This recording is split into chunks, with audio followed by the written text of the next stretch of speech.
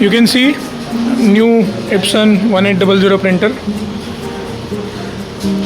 Today we'll learn how to modify it for DTF. सब parts अलग कर दो प्रिंटर के. Just open it.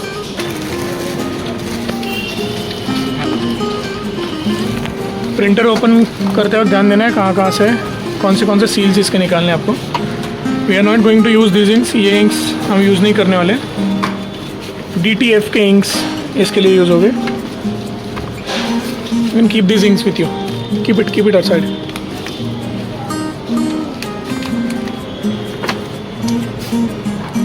ये फ्रंट के कुछ सील्स आपको निकालने हैं. सब जो भी ब्लू स्ट्रिप्स दिख रही है, ब्लू स्टिकर्स दिख रहे हैं, वो निकाल देना है आपको.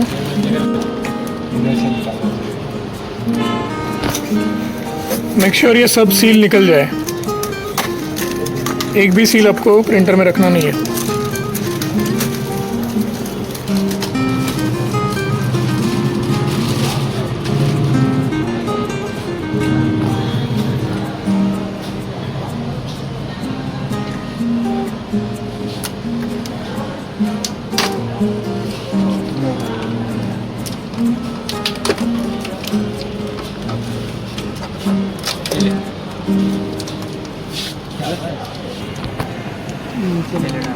यहाँ पर देखिए, यहाँ पर ट्रांसपोर्टेशन लॉक होता है. जब भी आपको प्रिंटर दूसरी जगह लेके जाना है, आपको ये नॉब नीचे करना है ट्रांसपोर्टेशन लॉक में. अभी हम लोग इसमें इंक डालेंगे, सो हमें ये नॉब ऊपर ही रखना है. हमें यहाँ के ग्रिपर्स निकालने हैं. सो स्टेप बाय स्टेप देख लीजिए कैसे निकालना है इसको. प्रिंटर के राइट साइड में एक नॉब है, लेफ्ट साइड में एक नॉब है. ये दोनों नॉब पहले आपको निकालने हैं. रोल टू रोल प्रिंटर में आपको इसी जगह बटन्स आ जाते हैं.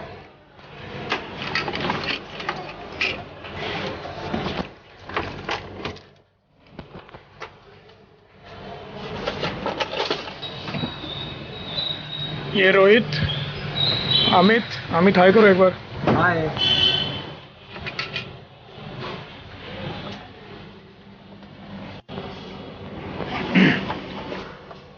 प्रिंटर के बैक साइड पे, राइट हैंड साइड पे जो नॉब है वो आपको पहले निकालना है. सो अच्छे से देखिए इसको कैसे निकाला जाता है. तो मुझे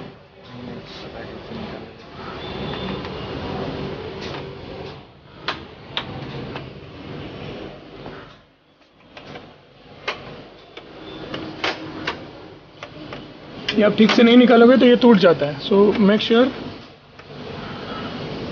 प्रिंटर की फ्रंट साइड पे लॉकिंग क्लिप्स है, वो क्लिप्स आपको पहले निकालने हैं.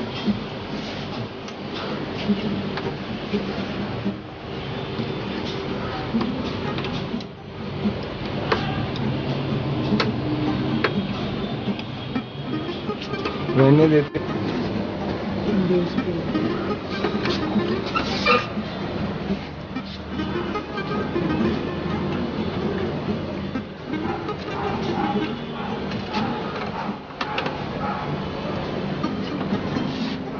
प्रिंटर के पीछे के स्क्रूज आपको पूरे निकाल के लेने पहले.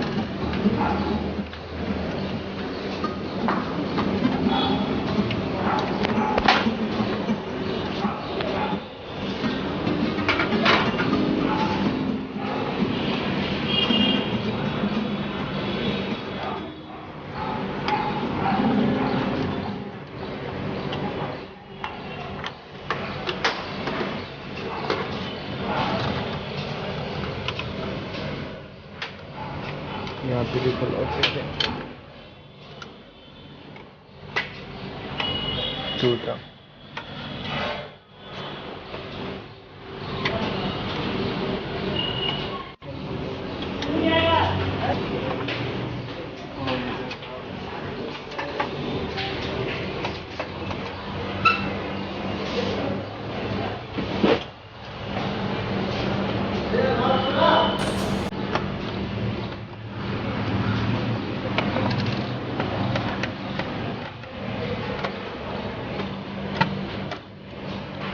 देखो ऊपर.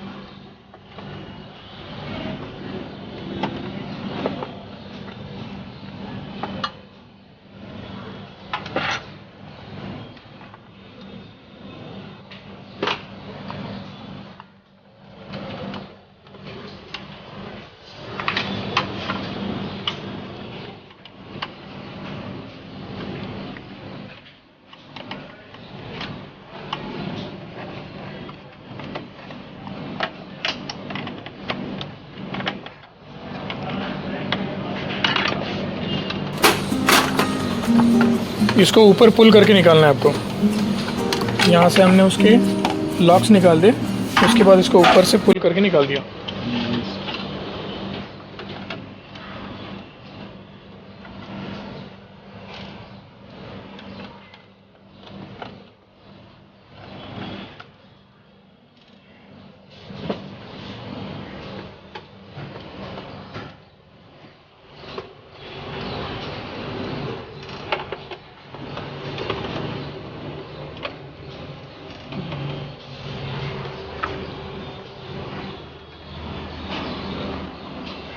ये हो गए प्रिंटर के मॉडिफिकेशंस। इसके बाद आपको बताएंगे सॉफ्टवेयर में कैसे मॉडिफिकेशन करें कि वो पेट फिल्म को इनपुट की तौर पे ले पाए। मेक श्योर आपको इप्सन की कोई भी इंक यूज़ नहीं करनी है इसमें, आपको DTF की ही इंक्स इसमें यूज़ करनी है, और वो भी अच्छी क्वालिटी की।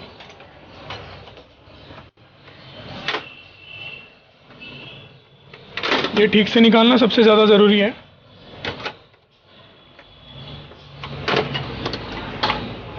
यहाँ पे एक स्ट्रिप होगा, वो स्ट्रिप एकदम ध्यान से आपको खींच के निकालना है, ये टूटना नहीं चाहिए।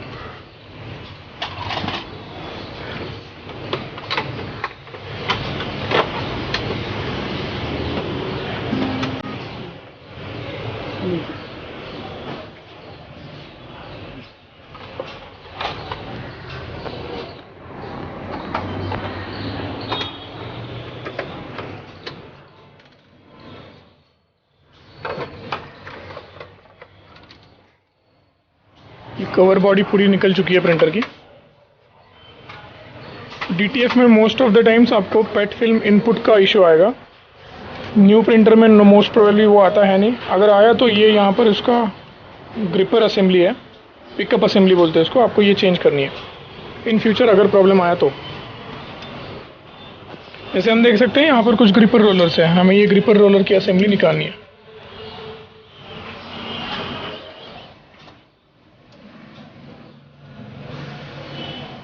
ग्रिपर असेंबली के ऊपर जो स्क्रूज है वो आपको निकालने हैं। किसी भी चीज़ को खींचिए मत, जितना हो सके जितने स्क्रू दिख रहे हैं आपको आगे वो सब स्क्रूज निकालिए। We can fit it afterwards.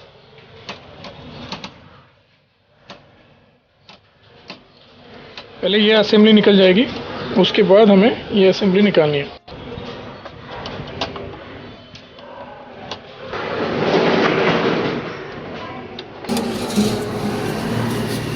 Printer से सामने से भी असेंबली पूरी आपको निकालनी है। यहाँ पर आपको इस ग्रिपर असेंबली को ऊपर उठा के नीचे से ऐसे ग्रिपर निकालने हैं।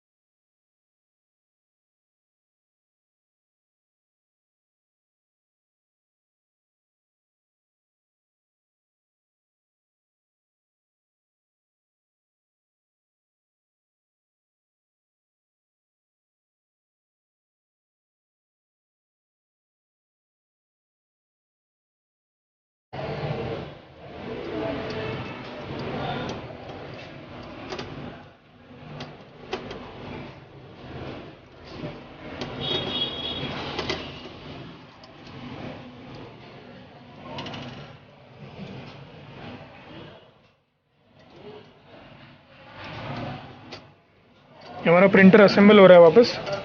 कुछ भी नहीं करना था हमें खाली यहाँ से ग्रिपर रोलर्स निकालने थे जो हमने निकाल दिया।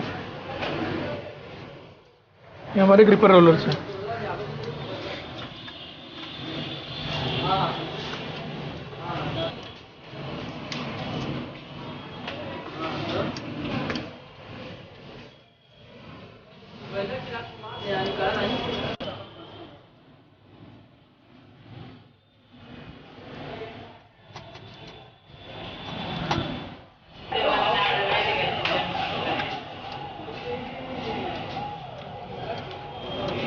This is very important. अंदर का जो मार्जिन असेंबली है उसको इसके साथ आपको अच्छे से स्क्रू लगाना है।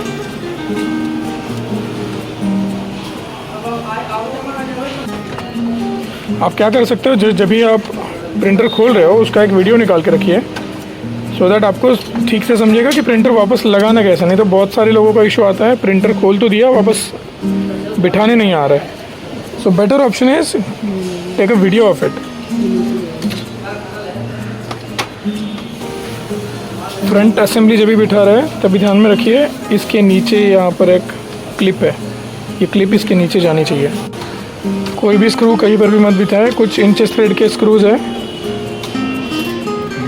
और कुछ थ्रेड के स्क्रूज हैं, तो जो स्क्रू जहाँ था वहीं पर लगाइए। छोटी छोटी चीज़ों पे ध्यान नहीं रखने से पेपर अटकने का इशू आ सकता है। जब भी प्लास्टिक टू प्लास्टिक वेल्डिंग है तभी आपको इंचेस वाला थ्रेड यूज़ करना है, और जब भी मेटालिक पार्ट्स को एक दूसरे से बाइंड करना है तभी आपको थ्रेड वाला स्क्रू यूज़ करना है। ये देखिए, ये मेटल टू मेटल असेंबली है तो इसमें थ्रेडिंग का स्क्रू जाएगा।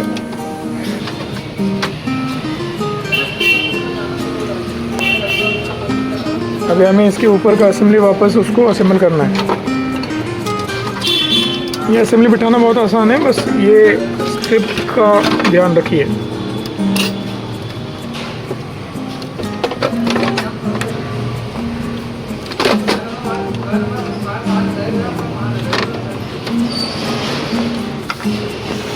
आपको यहाँ पर समझेगा कि ठीक से बैठा है कि नहीं।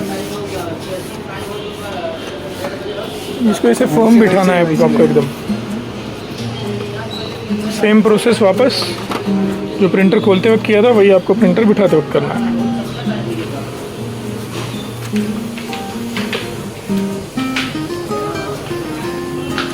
आप हमसे DTF का पूरा सेटअप मंगा सकते हैं, बट बेटर ऑप्शन है कि आप आपके यहाँ पर प्रिंटर अवेलेबल कीजिए, वीडियो देख के प्रिंटर मॉडिफाई कीजिए। इसमें बाकी कुछ भी चीज़ ऐसी है नहीं जो अलग से कुछ करनी पड़े।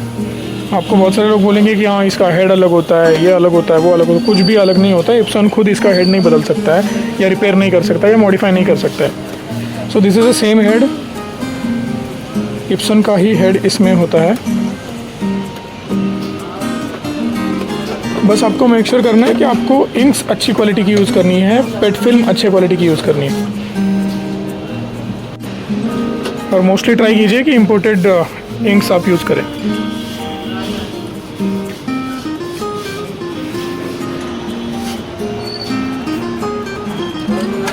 और इस प्रिंटर में मेंटेनेंस ऐसा कुछ है नहीं। कोई भी प्रिंटर की शॉप पे आप ये मेंटेनेंस करवा सकते हो, या इसका पिकअप ख़राब हुआ है, इसका हेड ख़राब हुआ है, आप कोई भी प्रिंट रिपेयरिंग की जो दुकान है आपके नज़दीक में वहाँ पर इसको रिपेयर करवा सकते हो। सो इसको ऐसा कुछ मेंटेनेंस है नहीं।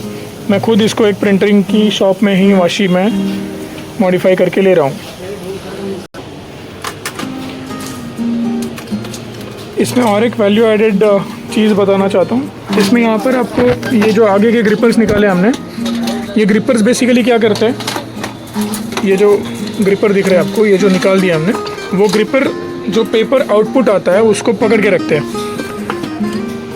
तो होता क्या है, यहाँ पर पेपर का बल्किंग नहीं आता है, तो पेपर हेड को लगता नहीं है। और ये पेट फिल्म है, अगर गलती से पेट फिल्म हेड को लग गई तो प्रिंटर का हेड ख़राब हो जाएगा। दैट इज़ द रीज़न ये आगे के ग्रिपर्स होते हैं। पर अगर ये ग्रिपर्स हमने लगाए तो वो इंक्स पे, जो भी प्रिंटेड इंक है वो इंक पे आ जाएंगे। इसलिए हमने वो ग्रिपर्स निकाल दिए हैं। इसमें और एक असेंबली आती है जिसमें वैक्यूम दिया जाता है। यहाँ पर ये जो पार्ट है आपका, यहाँ पर यहाँ तक एक वैक्यूम असेंबली बिठाई जाती है जो प्रिंटर के पेपर को उसको ग्रिप करके रखती है, होल्ड करके रखती है। सेकेंड थिंग, आप इसको कुछ ml में इंक नहीं यूज़ करते हो, प्रोडक्शन ज़्यादा होता है। आपको इसका जो वेस्ट इंक पाइप है वो वेस्ट इंक का पाइप निकाल के रखना है। ये देखिए यहाँ पर हम लोग इसका जो वेस्ट इंक का पाइप है वो यहाँ से निकाल दे रहे हैं। इसको निकालेंगे, बाहर रखेंगे और बाहर इसको एक बॉटल अटैच कर देंगे क्योंकि वेस्टेज बहुत ज़्यादा होता है, क्योंकि इनपुट भी ज़्यादा जाता है। हम लोग आपको प्रिंटर ट्रांसपोर्ट करते वक्त ये पाइप निकालते नहीं है क्योंकि छोटा होता है। आपको इसी साइज़ का एक पाइप इसको और एक अटैच करना है। ये पाइप यहाँ से निकलेगा, यहाँ तक नीचे तक लीजिए और उसको एक नीचे बॉटल अटैच कर दीजिए। पैडल कवर लगा रहे हैं प्रिंटर का। सेम वे निकालते हो, इसको ऊपर खींच के निकाला था, अभी आपको नीचे दबा के उसको बिठाना है। यहाँ पर 3 स्क्रूज थे, वो 3 स्क्रूज वापस लगाने। इसका नॉब फिट होना है। वैसे इन सब चीज़ों की असल में ज़रूरत होती है नहीं, पर बिठाओगे आप तो अच्छा है। अभी सबसे ज़रूरी बात, ये वापस लगाना है हमें। अच्छे से देखिए,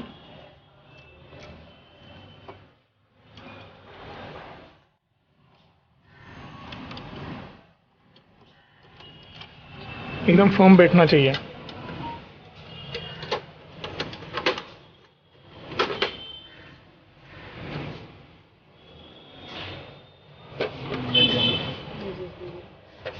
तो आपका ये DTF प्रिंटर रेडी है।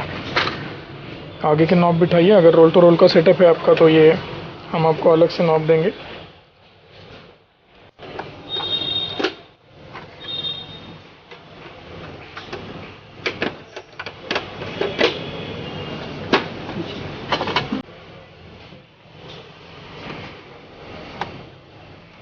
पहले एक साइड प्रेस होता है, बाद में दूसरी साइड बैठ जाता है। ये कर सकते हो ना। बैक साइड का कवर बिठा दो।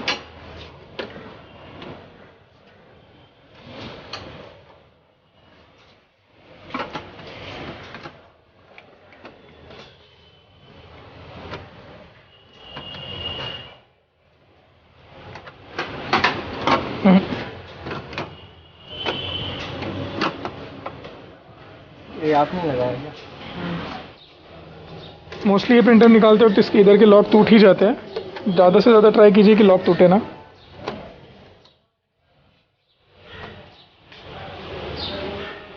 तो अपने प्रिंटर, नया प्रिंटर हमने खोल दिया है। इप्सन की वारंटी ख़त्म हो चुकी है, ज़रूरत है नहीं, सब खुद कर सकते हो आप। या कोई भी प्रिंट रिपेयर करने वाले बंदे के पास आप इसको रिपेयर करवा सकते हो, इसका हेड चेंज कर सकते हो, सब कुछ कर सकते हो। वापस बता रहा हूँ, आपको अच्छी क्वालिटी की इंक्स और अच्छे पेपर्स यूज़ करने हैं।